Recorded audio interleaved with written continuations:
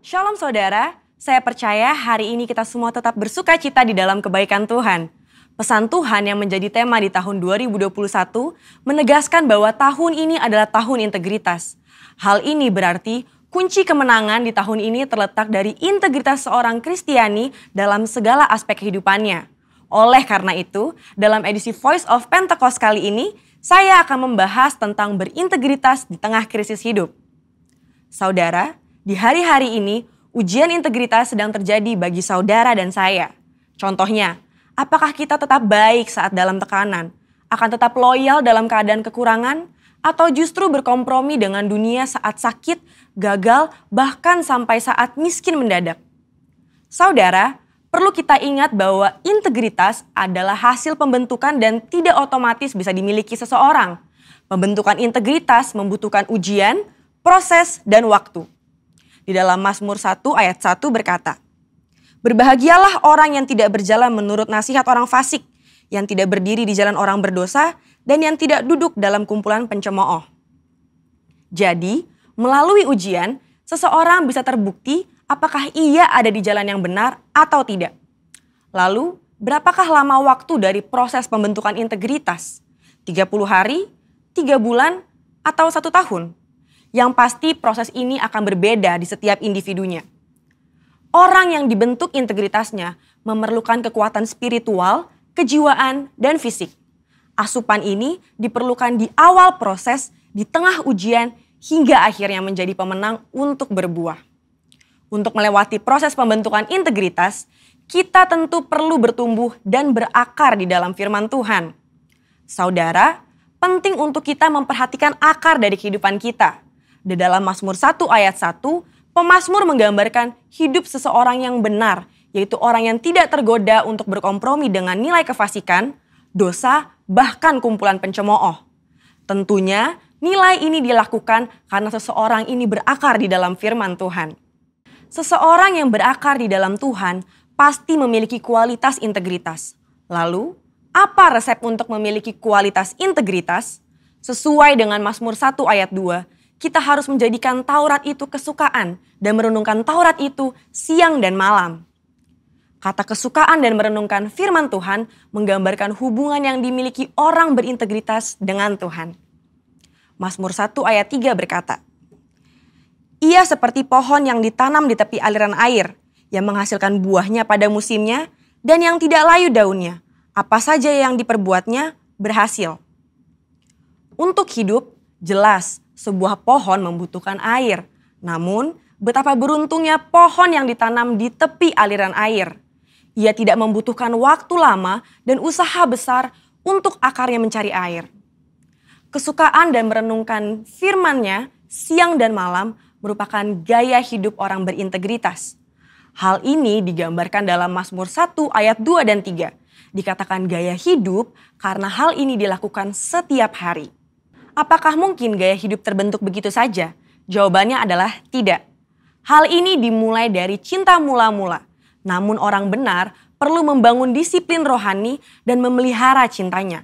Disiplin rohani dalam pembacaan dan perenungan firman Tuhan menunjukkan gaya hidup orang berintegritas.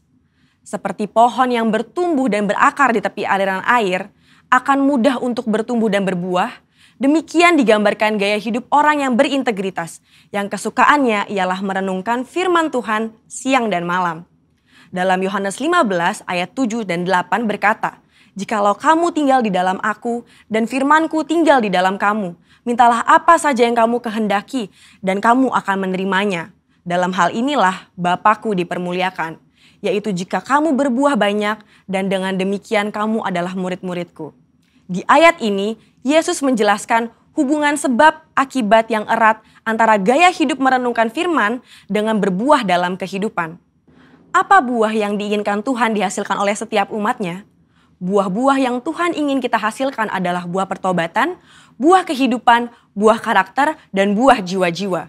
Selain itu, apa dampak lain dari tertanam di tepi aliran air? Dalam Mazmur 1 ayat 3 menjelaskan dengan tidak layu daunnya. Hal ini sama dengan kita memiliki daya tahan yang tinggi terhadap berbagai situasi kehidupan. Situasi sulit dan krisis hidup bisa datang kapan saja. Saat ini kita sedang mengalami pandemi COVID-19 dan resesi ekonomi. Situasi ini dapat mengganggu integritas seorang untuk kompromi dengan dosa, untuk menyakiti sesama, putus pengharapan, bahkan tidak lagi percaya kepada Tuhan.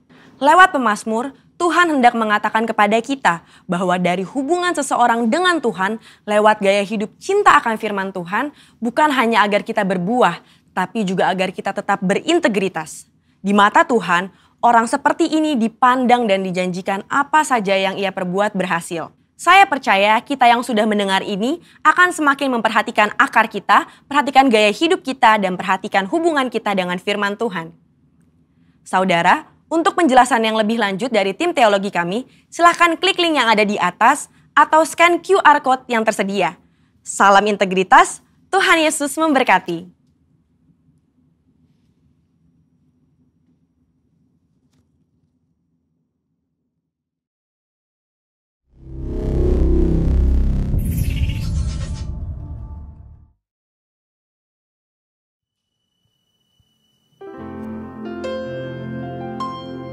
Selamat pagi Bapak Ibu, Shalom.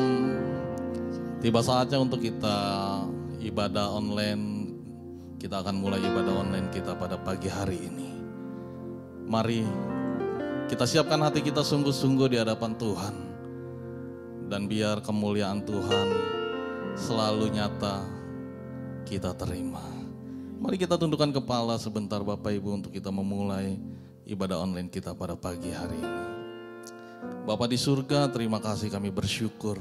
Tuhan, limpahkan sukacita-Mu atas kami ya Tuhan. Biar kami selalu bersukacita walaupun ibadah lewat online ini ya Tuhan. Kami percaya kehadiran-Mu membawa berkat buat kami. Di dalam nama Tuhan Yesus Kristus, haleluya. Sama-sama katakan, amin.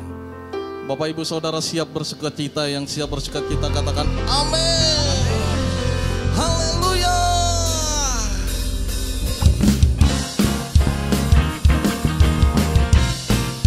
Mari Bapak Ibu engkau bertepuk tangan dimanapun engkau berada saat ini.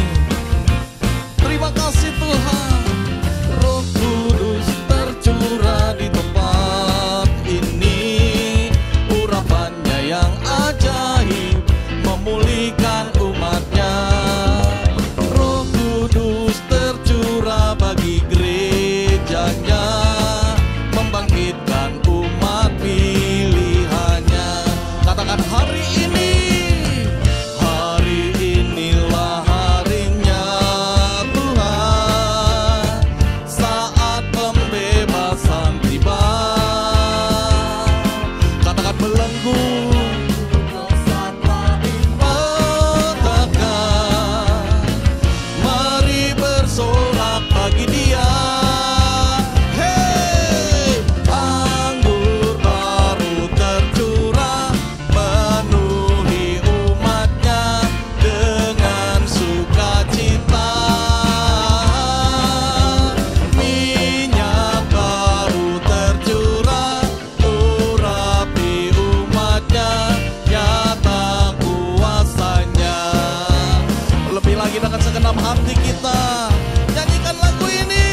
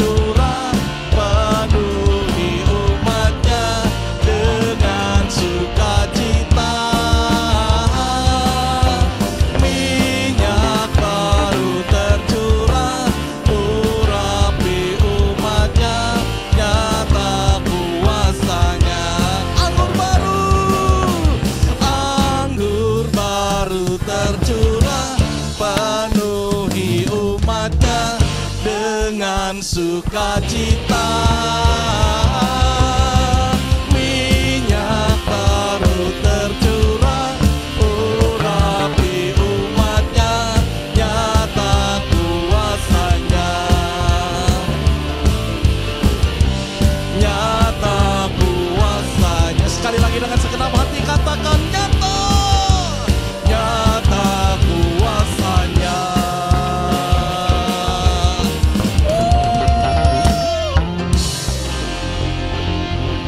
Boleh bertepuk tangan buat Tuhan Yesus. Haleluya. Hati kami bersuka cita Tuhan, sebab namamu besar, ajaib, perkasa. Terima kasih.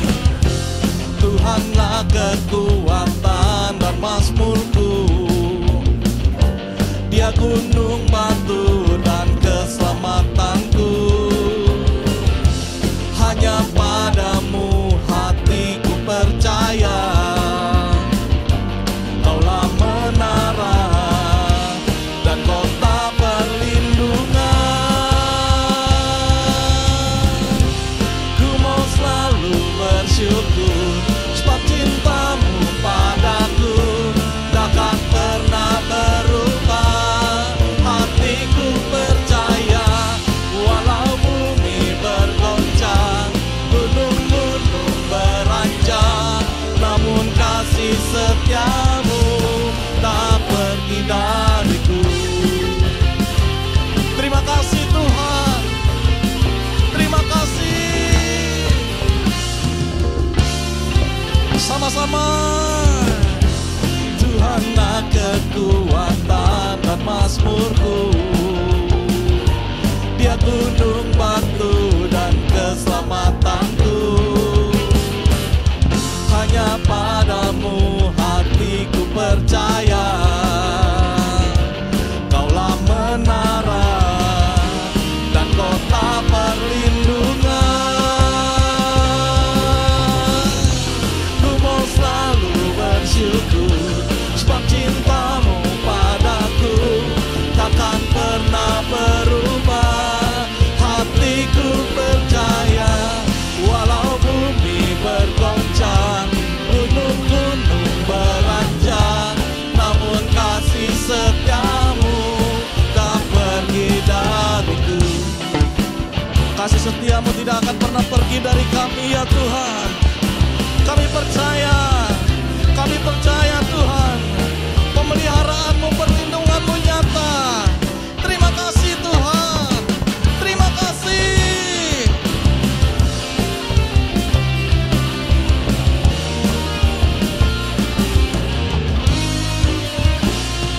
Terima kasih. Ku mau selalu bersyukur, sebab cintamu padaku takkan pernah berubah. Hatiku percaya, walau bumi bergoncang, gunung-gunung beranjak, namun kasih setiamu tak pergi dariku. Lebih lagi, ku mau selalu bersyukur, takkan pernah berubah. Hatiku percaya, walau bumi bergoncang, gunung-gunung beranjak, namun kasih setiamu tak pergi dariku. Kasih setiamu tak pergi dariku. Kasih setiamu tak pergi dariku.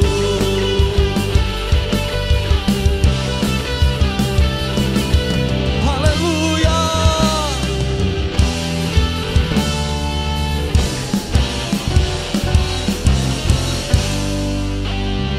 Sorakan haleluya.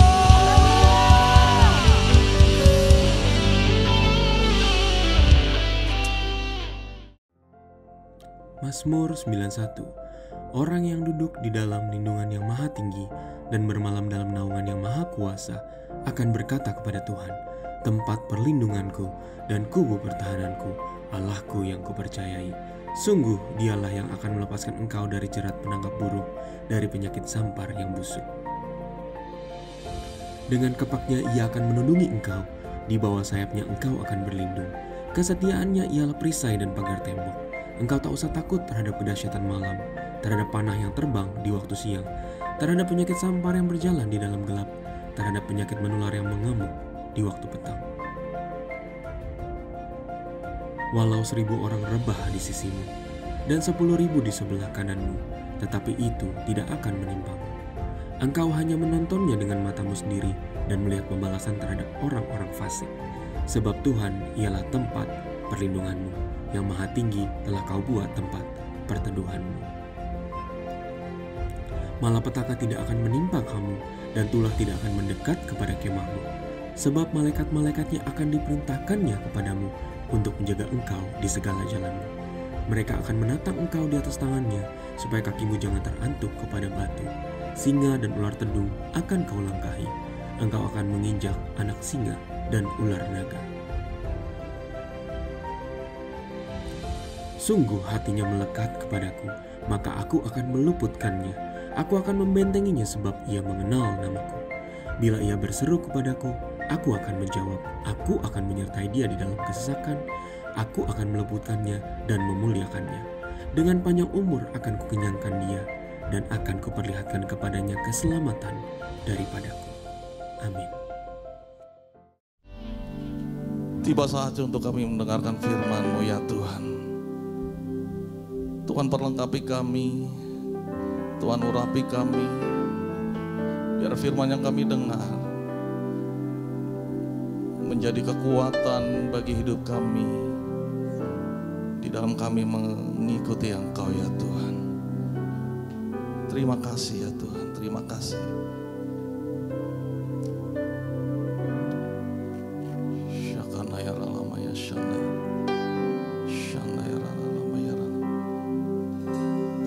Kemanakah aku dapat pergi menjauhi roh-Mu yang suci, Kau sahabat,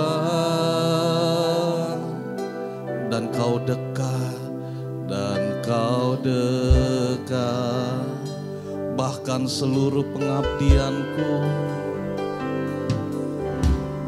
bahkan seluruh pengabdianku tak bisa membalas kesetiaan-Mu, sungguh mulia dan berharga, dan berharga, sungguh besar, sungguh besar pengorbanan-Mu bagiku, terlalu dalam untuk dimengerti, sungguh besar,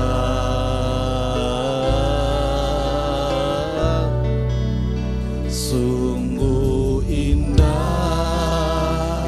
yang Kau pikirkan tentang-Mu, tak terselami bagiku,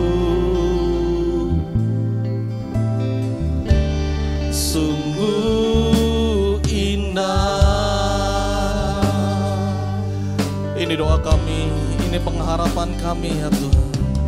Bahkan seluruh pengabdianku tak bisa membalas kesetiaan-Mu, sungguh mulia dan berharga, dan berharga, sungguh besar pengorbanan-Mu bagiku,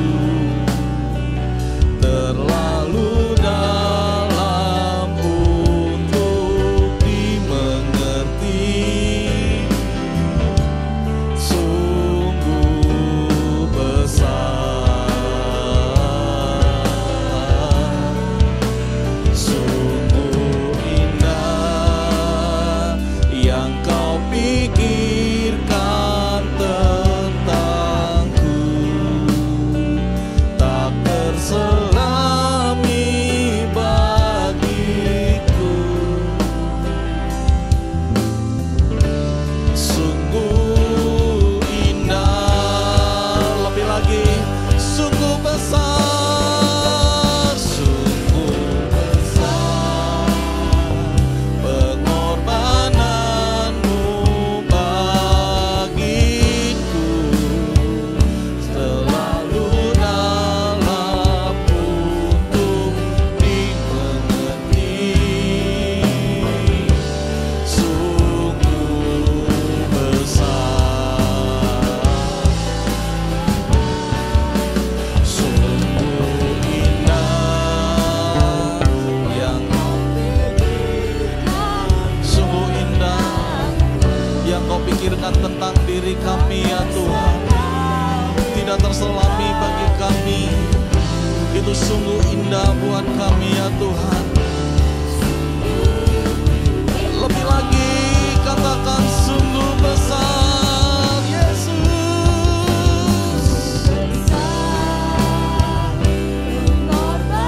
Sungguh besar pengorbananmu buat kami Tuhan. Engkau rela mati, gantikan kami untuk menebus dosa kami ya Tuhan. Terima kasih, kami bersyukur kepadamu. Hidup kami berharga di hadapan-Mu ya Tuhan. Terima kasih.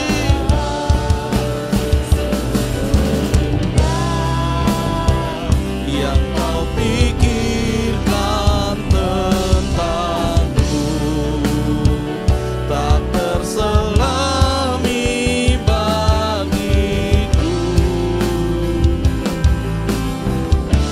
Sungguh indah. Kita sembah Tuhan Yesus. Kita sembah Tuhan Yesus. Shikana ya ralala ya ralala ya radaba. Huria lalala ya shanda ya ralala ya ralala ya sandi. Sungguh indah Engkau ya Tuhan. Sungguh besar kasih-Mu buat kami. Terima kasih, terima kasih Tuhan. Terima kasih buat pengorbanan-Mu.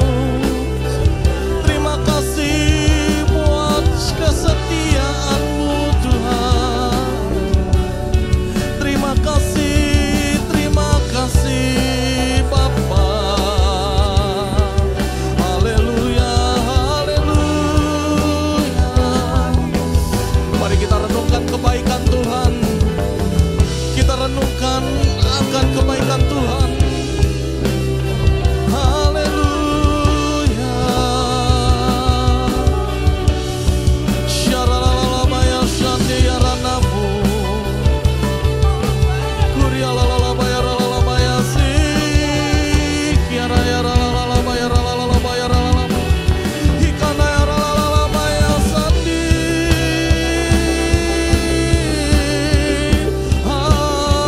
Haleluya. Haleluya. Haleluya. Haleluya. Syarana ya ralalama ya sik. Haleluya, haleluya, haleluya, haleluya. Syaralalala ya Syarana ya ralalama ya ralalama. Syaralalama ya ralalama. Engkau ajaib ya Tuhan. Engkau layak kami puja. Engkau layak kami puji ya Tuhan.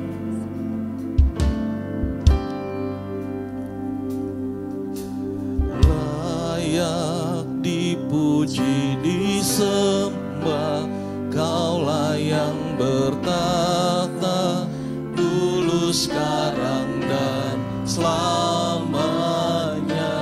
Raja atas segala raja, nama-Mu besar termulia. Engkau layak Tuhan, layak dipuji, disembah, Kaulah yang bertahta dulu, sekarang dan selamanya. Raja atas segala raja, nama-Mu besar termulia. Mari angkat tangan kita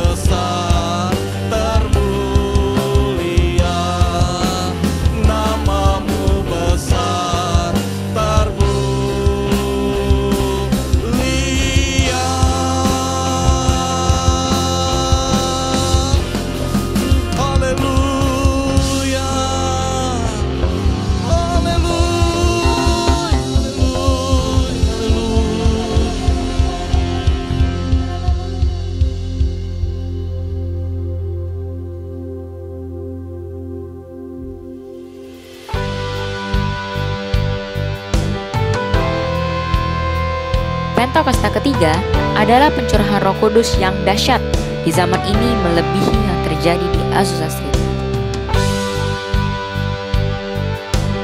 Pentakosta ketiga akan mengakibatkan penuaian jiwa yang terbesar dan yang terakhir sebelum Tuhan Yesus datang kembali. Pentakosta ketiga akan membangkitkan generasi Yeremia, yaitu anak-anak muda yang dipenuhi Roh Kudus, cinta mati-matian kepada Tuhan Yesus, tidak kompromi terhadap dosa, dan akan bergerak untuk memenangkan jiwa. Pentakosta ketiga lahir di Indonesia dan bergerak ke bangsa-bangsa. Gerakan ini dari timur ke barat dan akan kembali ke Yerusalem. Pentakosta ketiga akan memberikan kuasa untuk menyelesaikan amanat agung, dan setelah itu Tuhan Yesus datang kembali.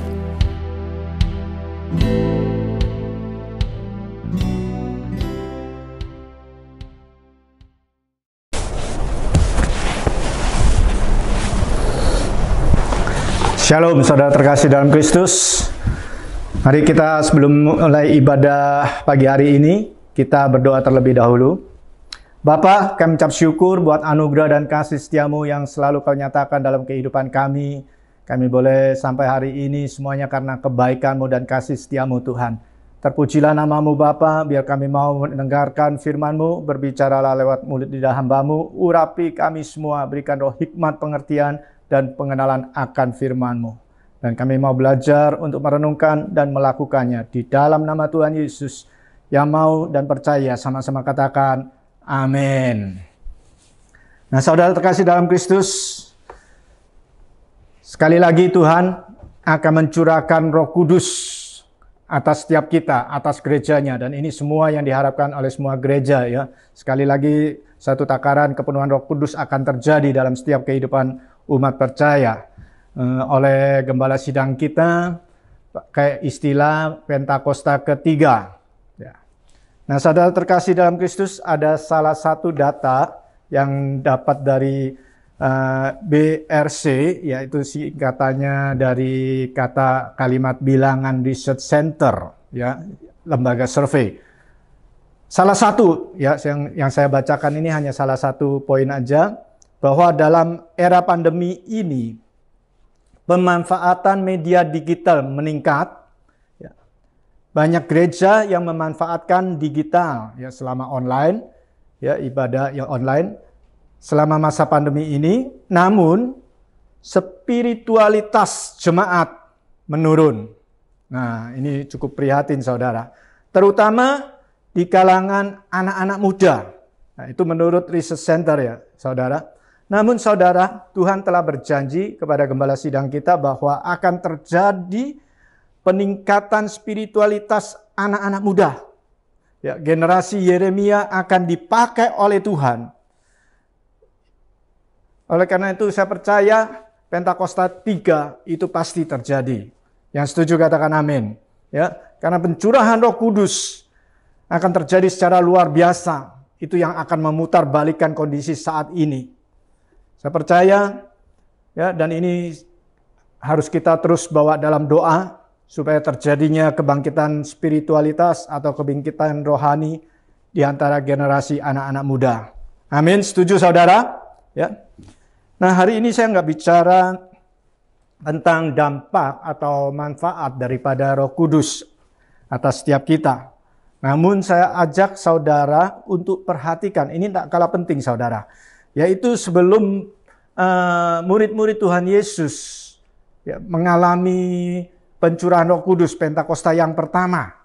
Ya, sebelum mereka mengalami Pentakosta yang pertama, Tuhan Yesus ya, dikatakan setelah Tuhan Yesus bangkit, Tuhan Yesus menyempatkan dirinya selama 40 hari.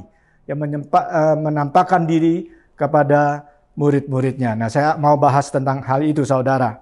Ya. Nah saudara terkasih dalam Kristus, saya ajak mari kita buka Alkitab kita di Kisah Rasul 1 ayat 3 dan 9. Ya.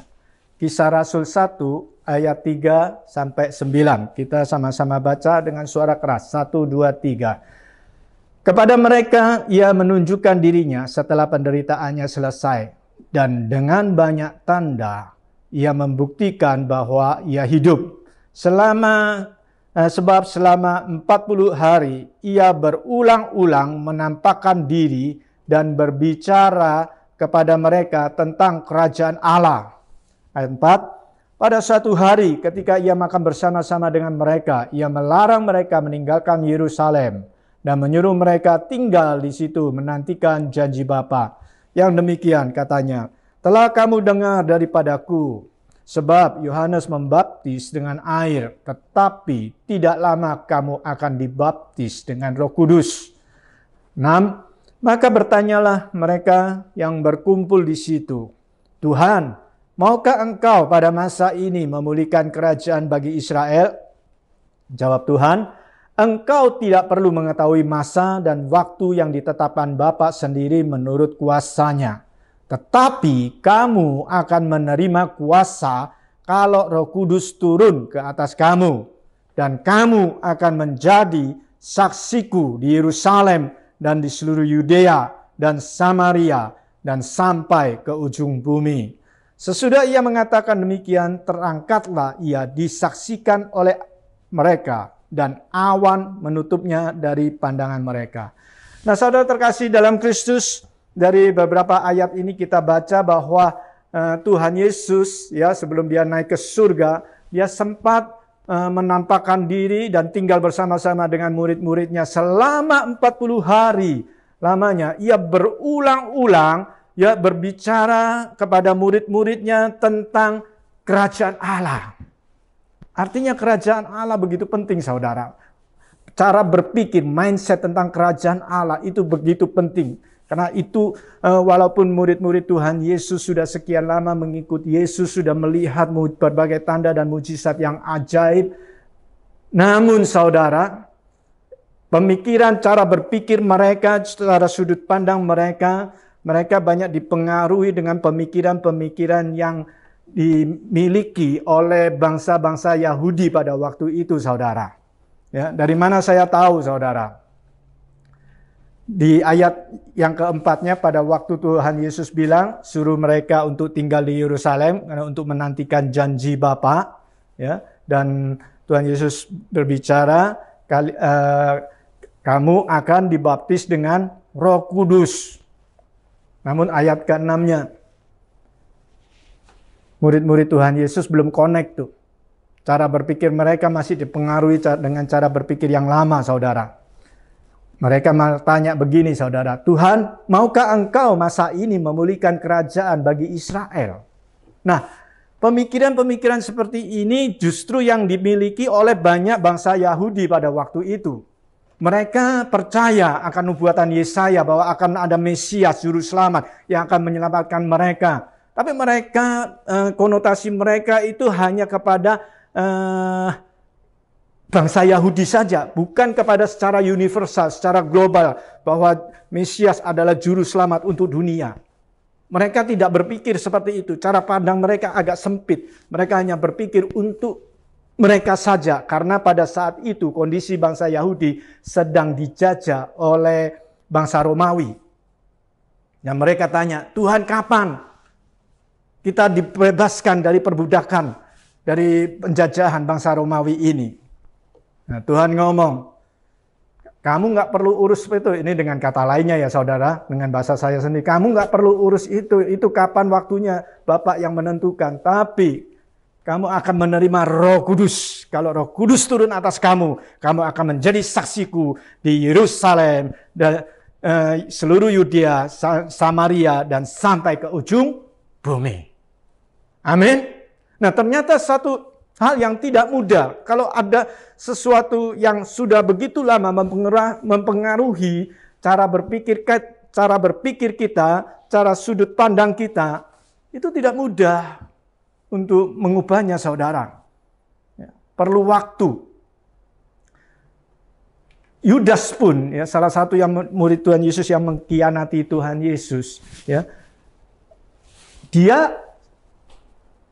kenapa dia mengkhianati Tuhan Yesus? Menurut saya bukan hanya karena dia itu cinta uang atau cinta mamon, saudara. Dia emang urusannya bendahara. Di Alkitab diceritakan dia mungkin ada ketidakjujuran, ada masalah dalam menggunakan hak tentang keuangan. Tapi saya percaya dia bukan hanya karena uang saja 30 perak, dia sampai untuk mengkhianati gurunya. Namun dalam cara berpikir dia, cara sudut pandang dia punya dipengaruhi juga pemikiran bangsa-bangsa Yahudi yang pada waktu itu. Untuk menantikan Mesias yang untuk membebaskan dari perbudakan penjajahan bangsa Roma. Pada waktu Tuhan Yesus masuk Yerusalem dengan mengendarai keledai, rakyat selalu berjejeran dan hosana, hosana itu bagi sang raja. Seperti itu. Dan pada waktu itu dalam pemikiran para murid atau Yudas khususnya, wah ini waktunya yang dia nantikan. Pemberontakan, perlawanan akan kepada bangsa Roma, kerajaan Roma akan segera dimulai.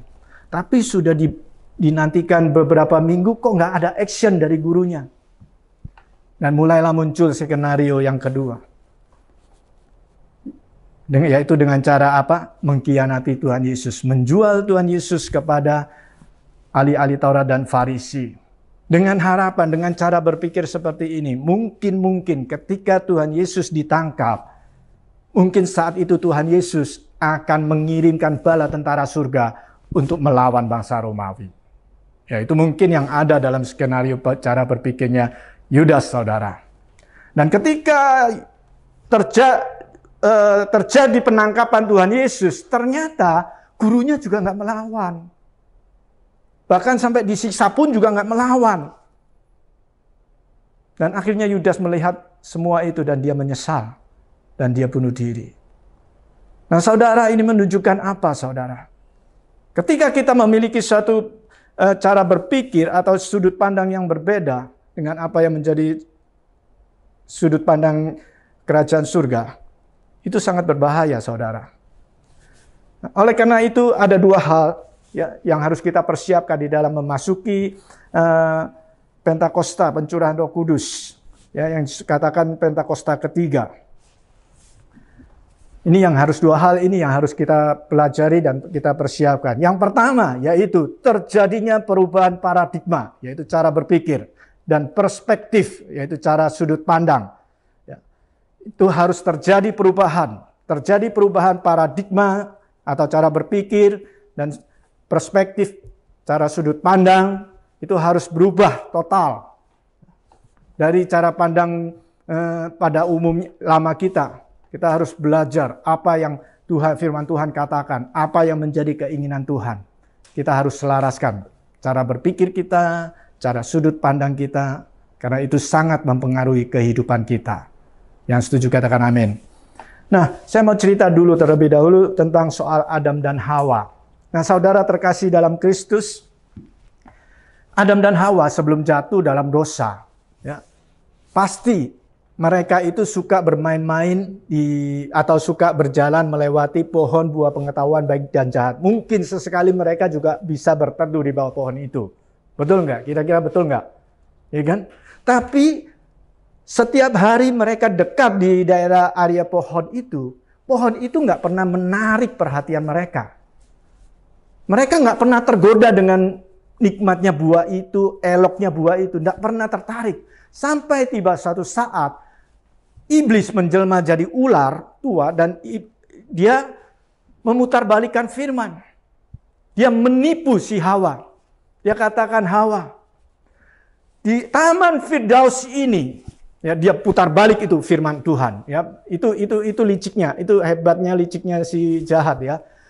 Di seluruh Taman Firdaus ini, semua pohon, bukankah Allah telah berfirman, semua pohon tidak boleh engkau makan.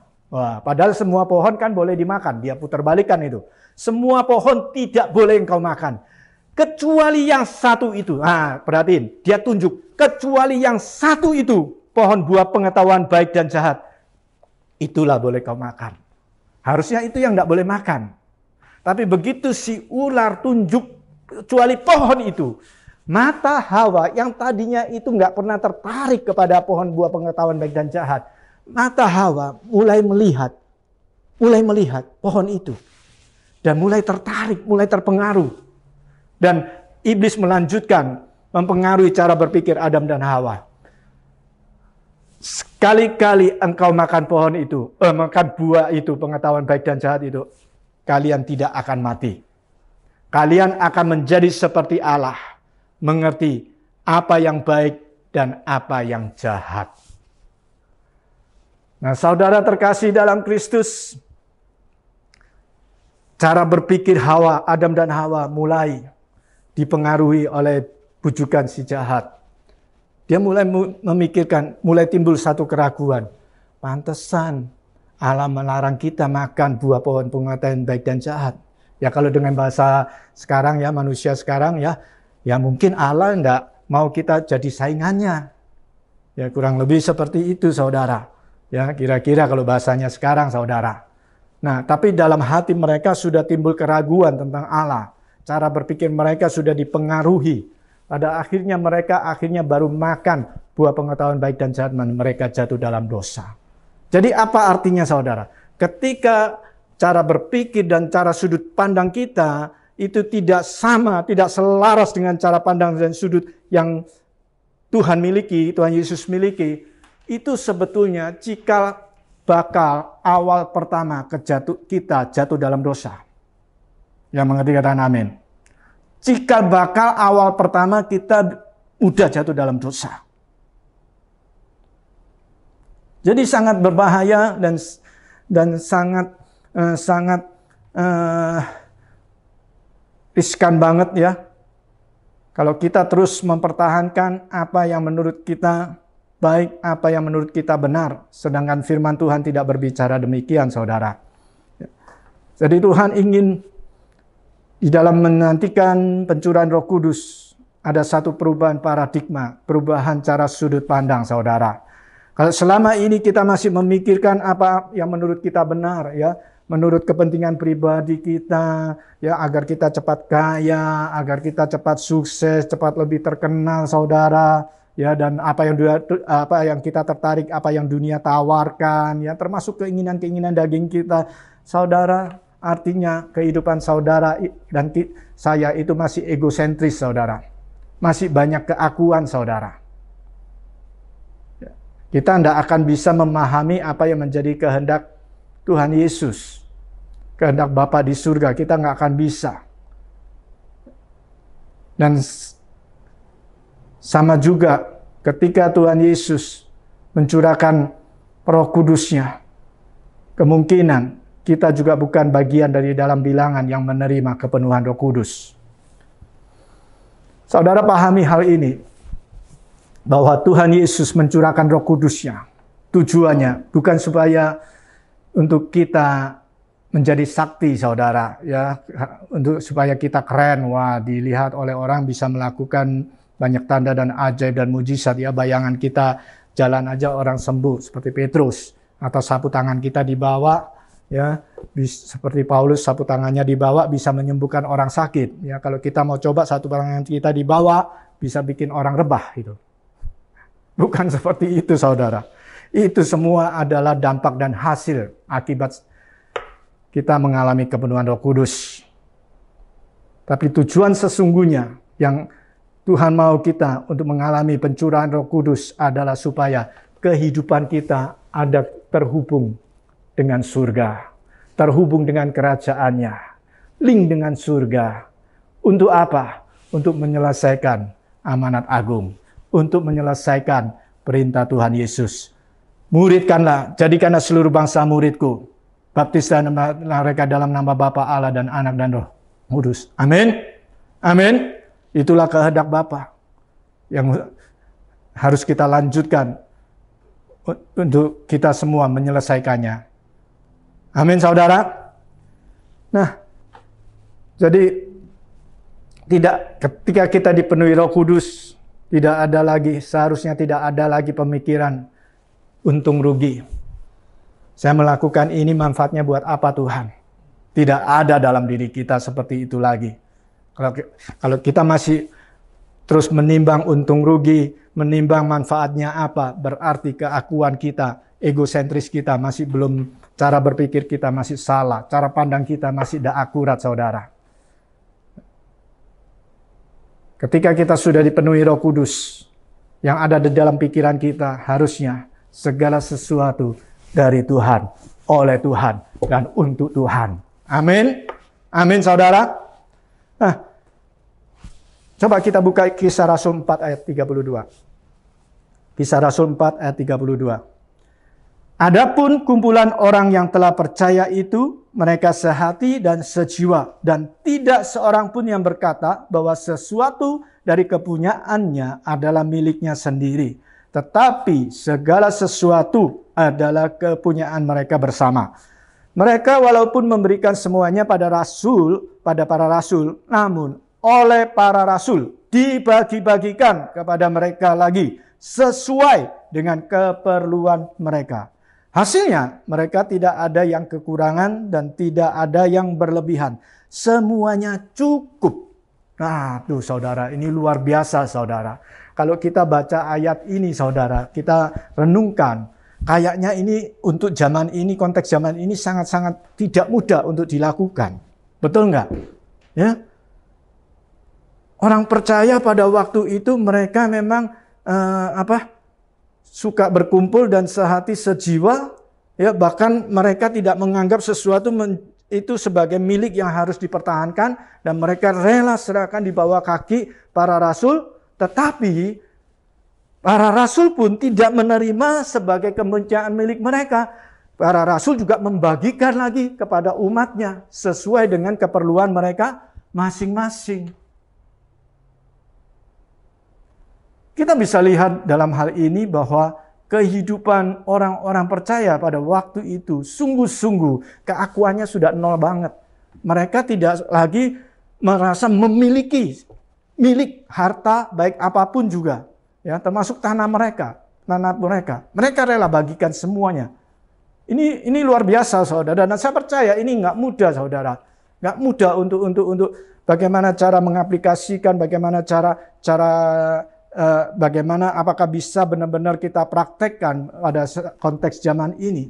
Tapi satu hal saya percaya, ketika saudara dan saya dan semua orang-orang umat percaya ketika menerima kepenuhan Roh Kudus, sekali lagi dipenuhi Roh Kudus, ya, Pentakosta 3 terjadi itu saudara, saya percaya hal ini pasti bisa terjadi.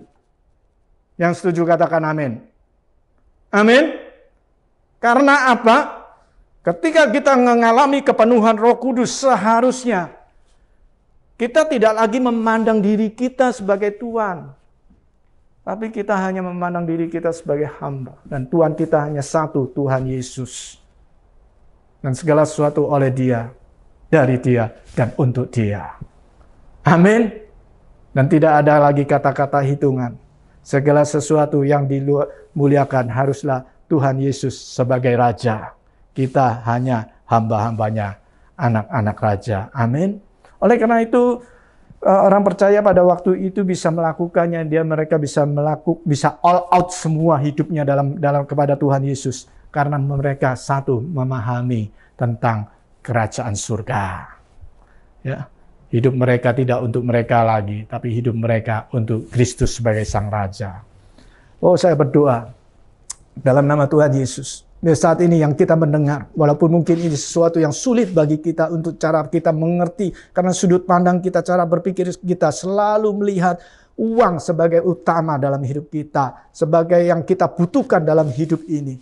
Oh, aku berdoa dalam nama Tuhan Yesus, biar terjadi perubahan paradigma. Cara sudut pandang kita, mulai kita belajar selaraskan kepada agenda surga. Mulai kita tidak lihat segala sesuatu yang milik kita sebagai milik yang harus dipertahankan. Dan biarlah Tuhan Yesus Sang Raja, itu yang harus kita melihat. Lewat apa? Lewat apa yang Tuhan beri, apa yang Tuhan percayakan. Ya, itu semuanya untuk memuliakan nama Tuhan. Aku berdoa ini akan terjadi Tuhan atas setiap kami. Di dalam nama Tuhan Yesus terjadi perubahan paradigma. Agenda kita, hidup kita selalu terbuka dengan agenda kerajaan-Mu. Di dalam nama Yesus itu terjadi. Amin.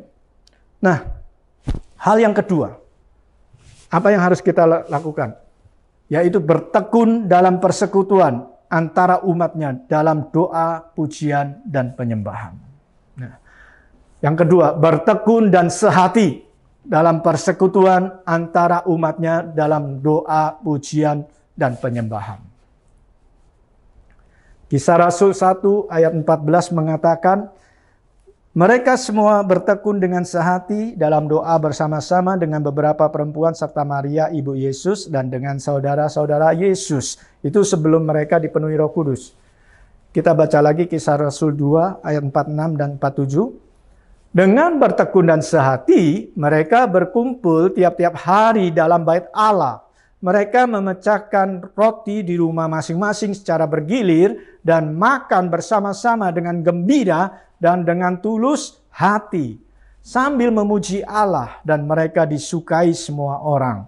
Dan tiap-tiap hari Tuhan menambah jumlah mereka dengan orang yang diselamatkan.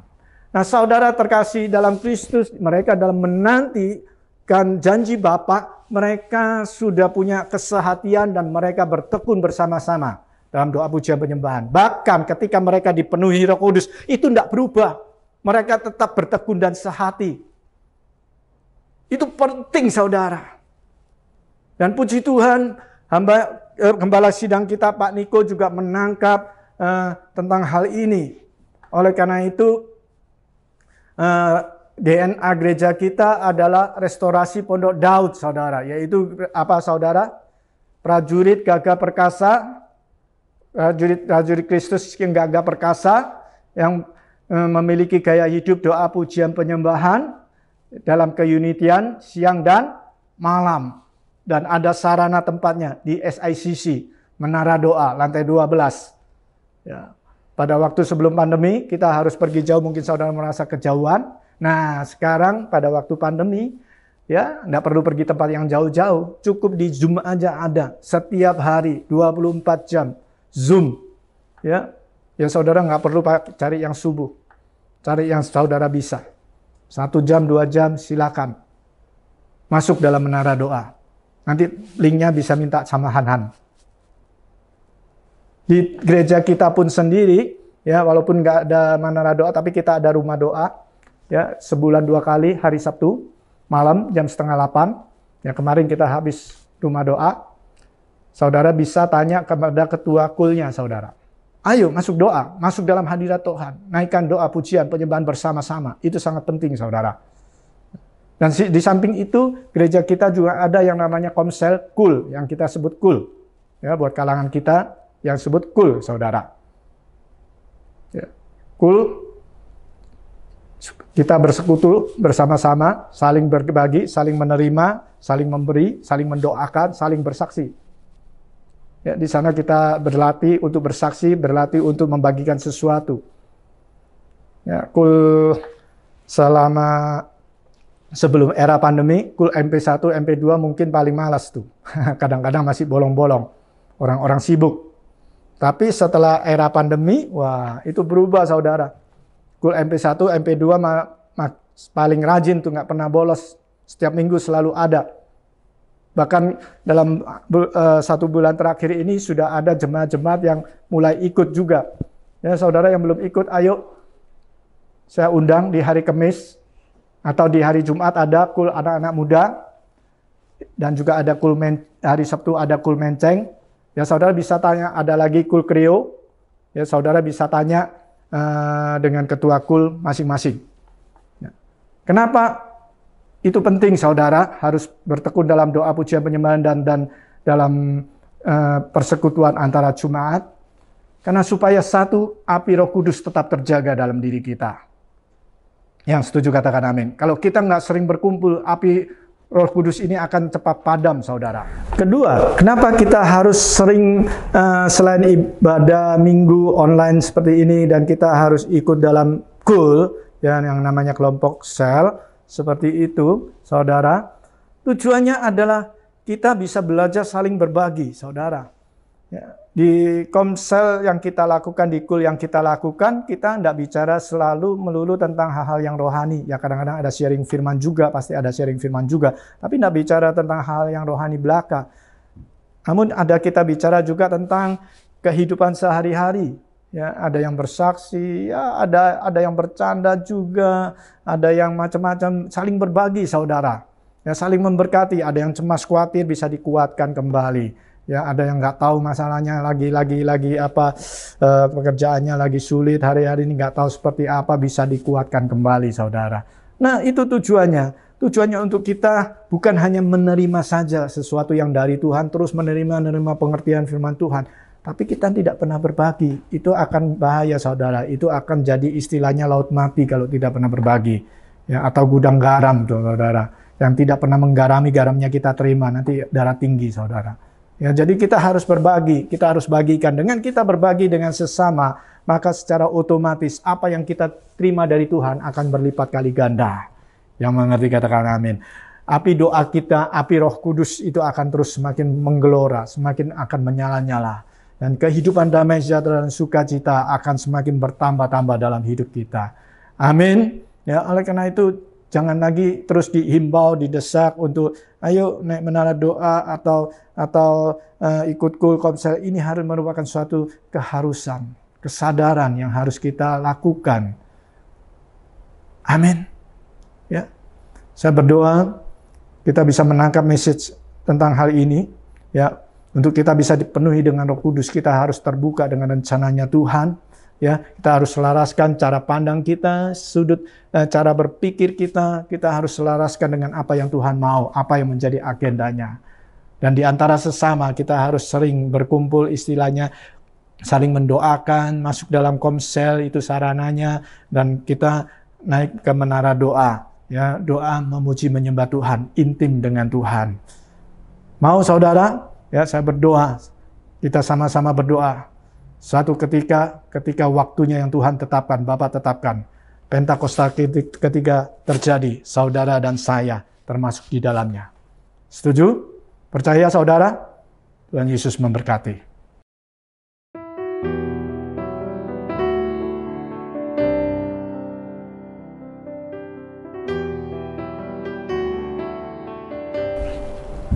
Sebelum kita akan masuk perjamuan kudus, dan sebelum kita masuk perjamuan kudus, kita berdoa terlebih dahulu. Bapak, terima kasih buat firman-Mu Tuhan, apa yang Kau ingin untuk kami kerjakan, biar Tuhan kami minta anugerah-Mu dan kemampuan daripada Allah Roh Kudus yang akan menolong kami, memampukan kami untuk terjadinya suatu perubahan cara berpikir dan cara pandang kita, yang selama ini mungkin kita masih banyak dipengaruhi dengan pikiran-pikiran duniawi, dan pikiran apa kata orang, pikiran sekeliling kita Tuhan, dan cara pandang kita banyak melihat yang namanya fakta yang suka mempengaruhi alam bawah sadar kita. Tuhan, tolong ya Roh Kudus saat ini kami mau terbuka semuanya, dan kami mau buang segala sesuatu yang salah dalam cara berpikir kami, cara sudut pandang kami, dan kami mau menerima sepenuhnya apa yang menjadi firman-Mu, apa yang Kau perintahkan kepada kami, apa yang Kau firmankan, kami terima sepenuhnya di dalam nama Tuhan Yesus. Roh Kudus, mampukan kami untuk kami bisa terus mentaati setiap firman-Mu, untuk kami bisa terus sungguh-sungguh melakukan firman-Mu, dan kami tidak lagi mudah tergoda atau mudah terus jatuh dalam tipu daya muslihat si jahat Tuhan, sehingga Tuhan membuat hidup kami mengalami jatuh bangun terus. Kami tidak mau semua itu semua akan sudah berlalu, dan kami mau memulai suatu kehidupan yang baru, kehidupan yang dipenuhi oleh Roh Kudus. Di dalam nama Tuhan Yesus, itu terjadi atas setiap kami. Ampuni Tuhan, ampuni setiap kami. Dan sebentar lagi Tuhan, kami mau masuk dalam perjamuan ini.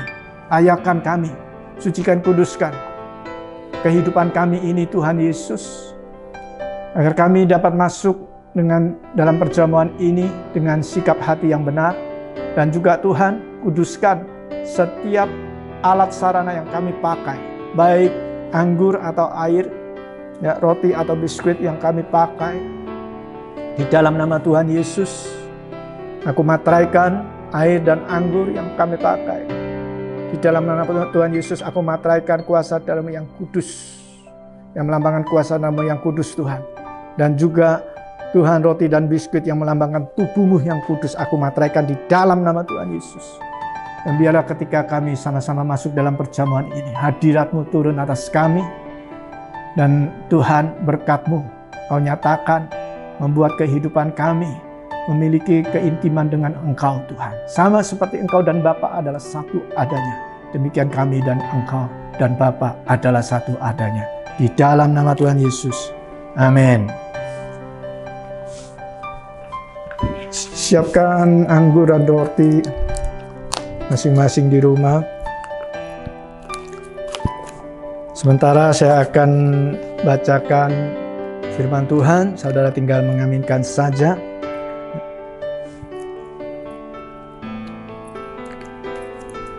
Sebab apa yang telah kuteruskan kepadamu, telah aku terima dari Tuhan, yaitu bahwa Tuhan Yesus pada malam waktu ia diserahkan mengambil roti, dan sesudah itu ia mengucap syukur atasnya. Ia memecahkannya dan berkata, inilah tubuhku yang diserahkan bagi kamu.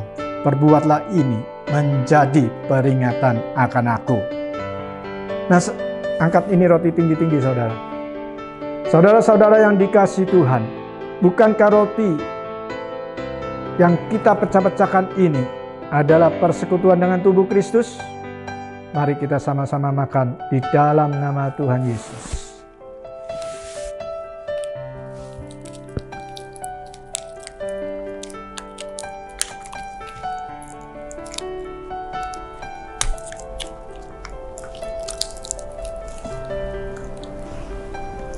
Demikian juga ia mengambil cawan sesudah makan, lalu berkata, cawan ini adalah perjanjian baru yang dimateraikan oleh darahku.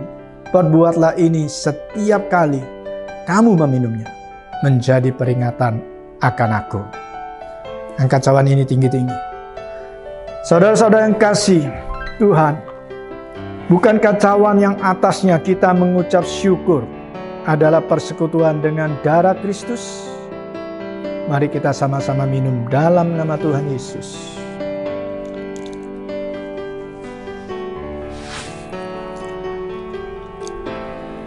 Haleluya, haleluya. Ucapkan syukurmu kepada Tuhan. Dia begitu baik dan setia kepada kita semua. Oleh darahnya kita sudah ditebus. Kita sudah diampuni dari dosa-dosa kita, baik dosa lama kita, baik dosa yang sekarang kita lakukan, maupun dosa yang akan datang. Tuhan Yesus telah mati buat kita. Oleh bilur-bilurnya kita disembuhkan. Kita dipulihkan di dalam nama Tuhan Yesus. Terima kasih Tuhan, terima kasih. Ucap syukur. Engkau baik, sungguh baik. Terima kasih. Dalam nama Tuhan Yesus. Amin.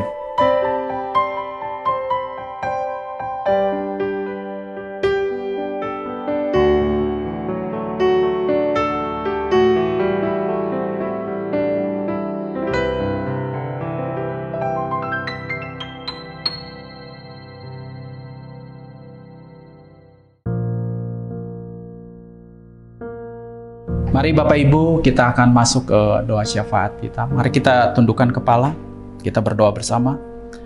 Bapa kami di surga, terima kasih atas kasih karunia-Mu yang besar dalam kehidupan kami. Terima kasih atas kesempatan yang Tuhan berikan dalam kehidupan kami. Terima kasih atas perlindungan yang Tuhan berikan. Terima kasih atas nafas kehidupan yang Tuhan berikan. Rumah yang baik, kendaraan, teman, sahabat. Kami bersyukur ya Tuhan. Makan minum kami ya Tuhan, Tuhan cukupkan. Kami bersyukur. Bapa ajarkan kami ya Tuhan, terus berpegang kepada Engkau, percaya kepada Engkau, bahwa kasih karunia-Mu tidak berkesudahan, dan kami disediakan tempat yang kekal di dalam rumah-Mu yang kekal ya Bapa. Kami bersyukur, berterima kasih. Biarlah selama hidup kami di bumi ini ya Tuhan, kami tetap membaca firman-Mu, percaya kepada firman-Mu, dipimpin oleh Roh-Mu yang kudus ya Bapa. Bapa, kami serahkan seluruh kehidupan kami, jemaat kami, GBI Green Garden, mulai dari gembala kami ya Tuhan, Pak Freddy Halim, para pengerja, para jemaat.